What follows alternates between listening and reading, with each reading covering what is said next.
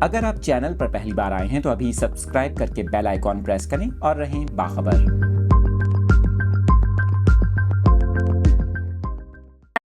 تفصیلات شیئر کر رہے ہیں اپنے ناظرین کے ساتھ۔ آپ کو بتائیں شہر قائد میں سورج کے گرد ہالہ بن گیا، جس کے مناظر سوشل میڈیا پر بھی زیر گردش ہیں۔ آپ کو بتا رہے ہیں موسمیاتی تجزیہ کار کے مطابق سورج کے گرد ہالہ موسم میں آنے والی تبدیلی کی عکاسی کرتا ہے، جبکہ سورج کے گرد رنگین دائرے کو سن ہالو کہا جاتا ہے۔ آپ کو بتائیں سن ہالو ماحول میں موجود برف کی کرسٹل سے روشنی گزرنے سے بنتا ہے۔ یہاں پر آپ کو یہ بھی بتائیں کہ موسمیاتی تجزیہ کار جواد میمن کا یہ کہنا ہے کہ کراچی میں کل سے سمندری ہوائیں چلنے کا امکان ہے، جبکہ چند ہفتے کراچی میں موسم بہتر رہے گا۔ موسمیاتی تجزیہ کار جواد میمن کے مطابق سندھ میں بیشتر مقامات پر چند دنوں میں موسم خشک اور گرم رہنے کا امکان ہے۔